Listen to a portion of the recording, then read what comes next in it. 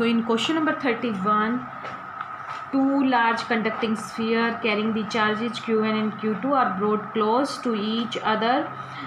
Is the magnitude of the electrostatic force between them exactly given by q1 q2 divided by 4 pi epsilon naught r square, where r is the distance between their centers. Okay, we know that the electrostatic force F equal to 1/4 pi epsilon naught q1 q2 divided by r square. Okay, now question is that if they are brought close to each other, okay, then is the magnitude of the electrostatic force between them exactly given by q1 q2 divided by 4 pi epsilon naught r square, yes or no? Okay, so let's we see. Suppose we have the two charges q1 and q2 with the same polarity. ठीक है, q1 and q2 with same polarity. This is the positive q1 and this is also the positive q2. Okay, and c1 and c2, these are the centers of these two sphere. Okay, then the charges between them, they repel to each other.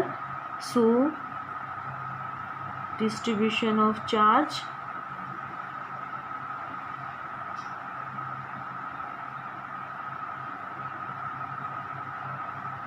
is this. When we try to close to them, then these are repelled to each other. So charges on their center, they also displace from their position such that they repel to each other. So c1 is here, this is called the c1 dash, and c2 is displaced here, and this is the c2 dash. Okay, this is c2 dash. So the distance between their centers will be increases, or we can say that now this separation is R effective, and such that R effective is greater than R. Again, we have the two charges q1 and q2 with the same polarity. When we try to close them, okay, when we try to bring close them, then they repel to each other, then their centers are also displaced, or you can say that the charges on their centers are also displaced, and such that R effective is greater than R. Okay, in the case first, if charges with same polarity,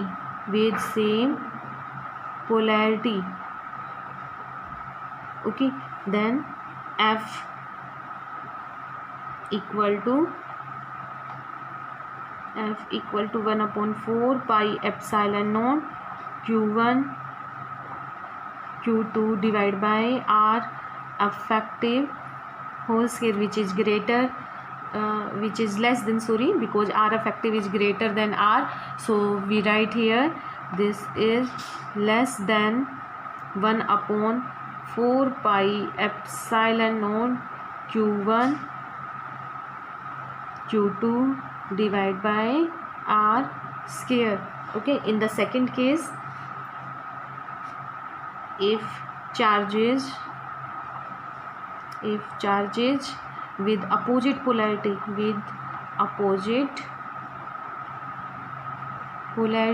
means if we take the q1 is positive and q2 is negative.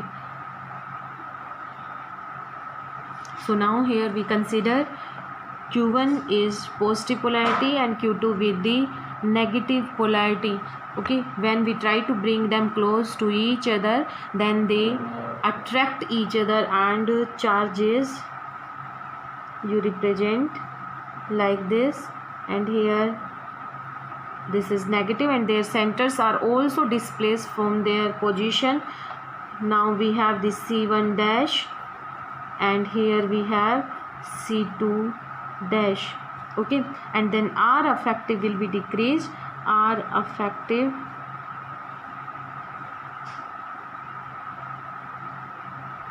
is this. In this R effective less than R, so force equal to 1 upon 4 pi epsilon naught Q1 Q2 divided by R effective square, which is greater than, because R effective now is less than the R, so this quantity will become greater than 1 upon 4 pi epsilon naught Q1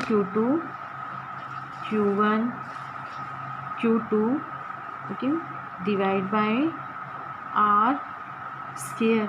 Okay, so this is the electrostatic force when we take the two charge with the opposite polarity. Okay, and we try to bring them close to each other. Now in both cases their centers are displaced from their initial position. It means we can say that the charge distribution is non-uniform. So in both cases charge distribution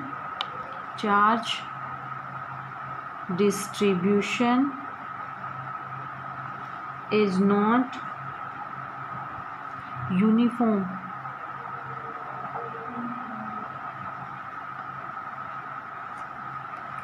Right? When they are brought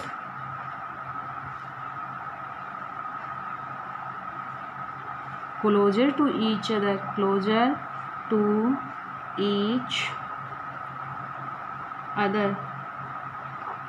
and the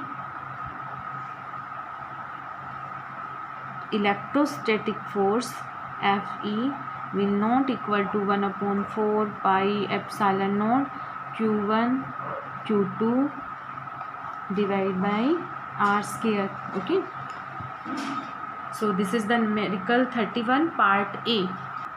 In part B, if Coulomb's law involved 1 by R cube dependence instead of the 1 by R square, would the Gauss law will be still true? So Gauss law क्या होता है? Surface integral of E that will be equal to Q upon में epsilon naught Q, charge enclosed.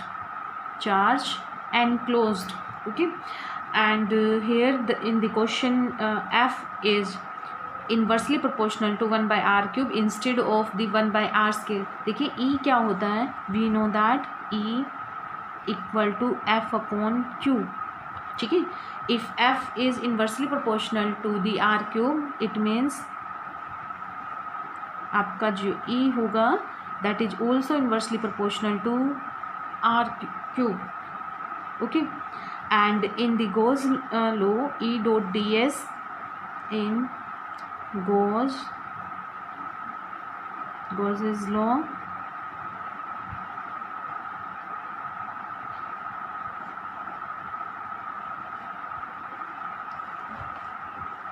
dimension of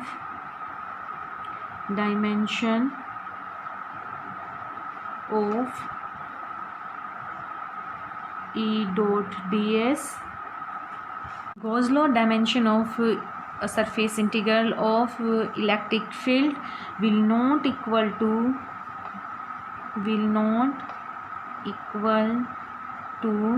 Q upon epsilon naught, because here look, E equal to become Q upon 4 pi epsilon naught R cube. Okay, and surface we have the formula 4 pi R square. So here the dimension of surface integral of E dot ds will not equal to Q upon epsilon naught, means you can say that left hand side will not be equal to right hand side.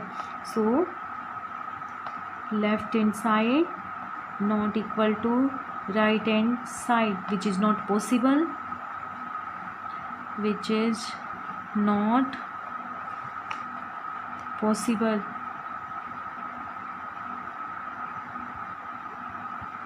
So Gauss law will not be true. So Gauss's law will not be true. So this is the question number 31, part B. In part C, a small test charge is released at the rest at a point in an electrostatic field configuration. Will it travel along the field line passing through that point? Okay, so here we take the two cases when the electric field is uniform and when the electric field is not uniform. When the electric field is uniform, it means electric field lines are parallel to each other. When electric field is not uniform, it means electric field line we can take as the curved. Okay, now in the first case we consider, here we have the unit positive charge, or you can say that test charge positive q. Okay, at the rest, when it released from this point, then it travel along the electric field line with the velocity v. Okay, when it released from this position, then it travel along the electric field lines, means you can say that it also travel along the electric field. But when the electric field is non-uniform, and suppose here we have the test charge positive q, then its direction will not along the electric field, it travel tangentially, tangent to this. Okay, so at this point we get the position tangent to the electric field lines. Okay, so it travel along this velocity along the direction, and we can say that test charge will not travel along the electric field. So you can write when the electric field uniform, then test charge travel along electric field. Okay, electric field line. Okay, and when the electric field is not uniform, electric field are curved, then test charge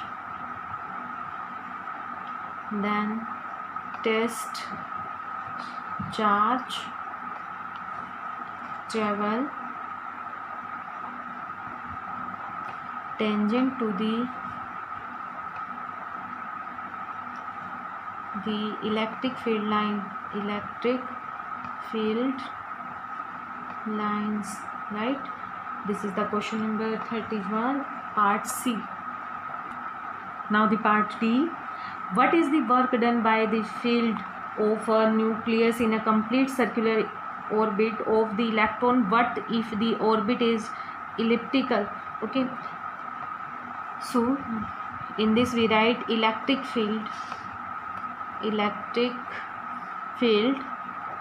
is conservative field is conservative field.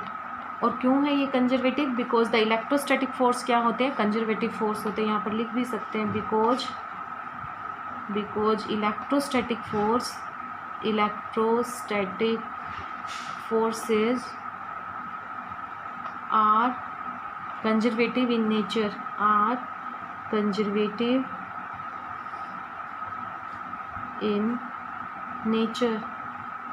Okay, it means work done in a close loop. कहीं पर भी आप close loop में work done करना हो, so then that will be equal to 0. It means work done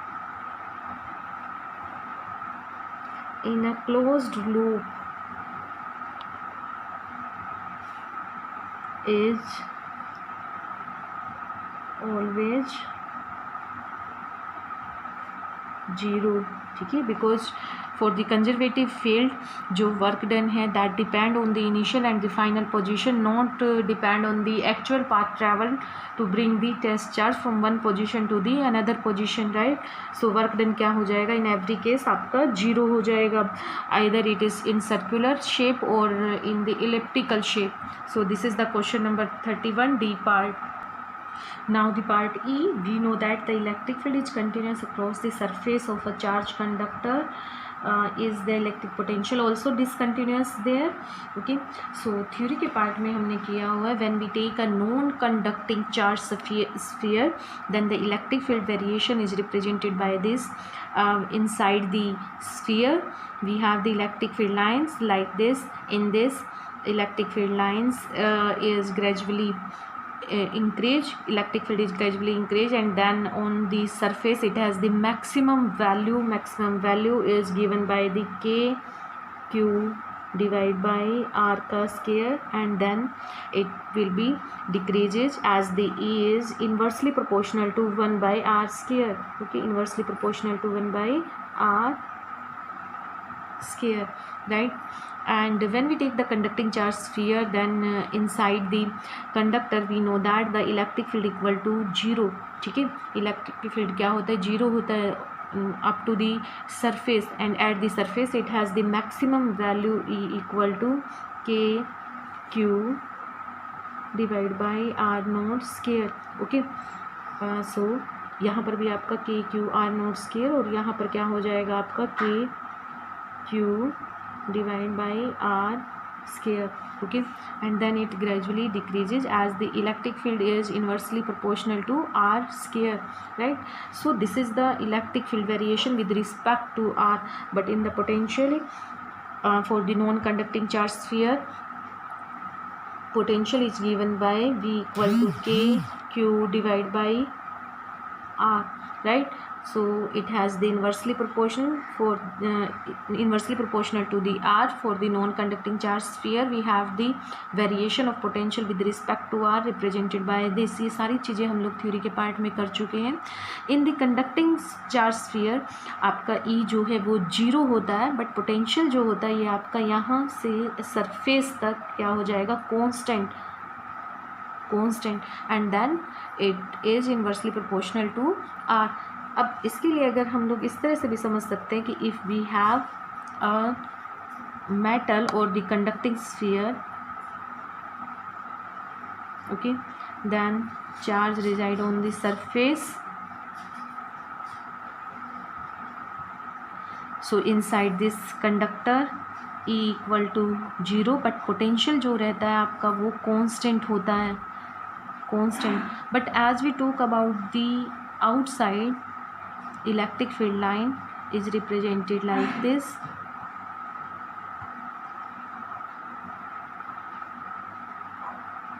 Okay, then potential will be decreased. V is the function of the fx. If we consider V is the function of the fx, then V equal to fx function of the x, then v क्या करेगा आपका, decrease करेगा, v is decreases, right?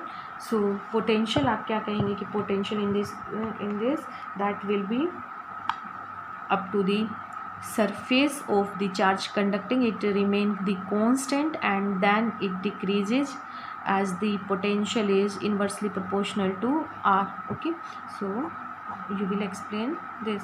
Okay, this is the part E. Now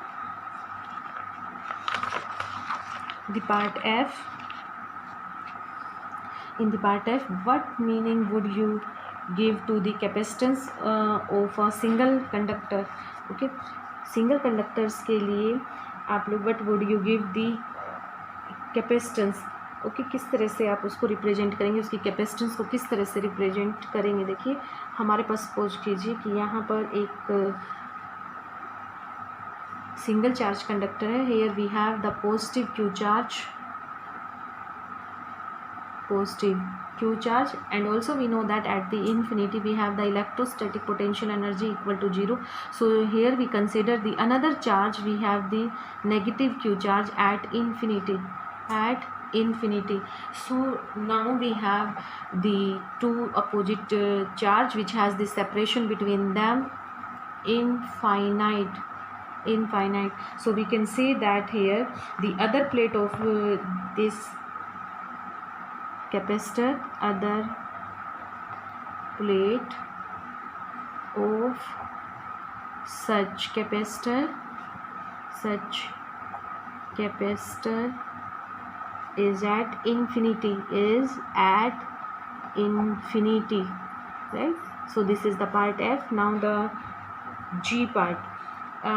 Guess a possible reason why the water has much greater dielectric constant equal to 80 than the mica 6.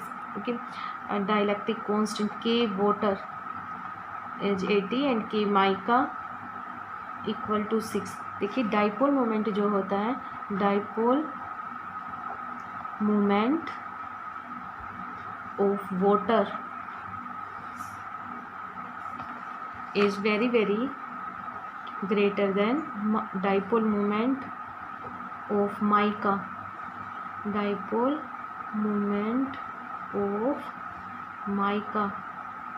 So KW is very greater than K mica. So this is the question number 31.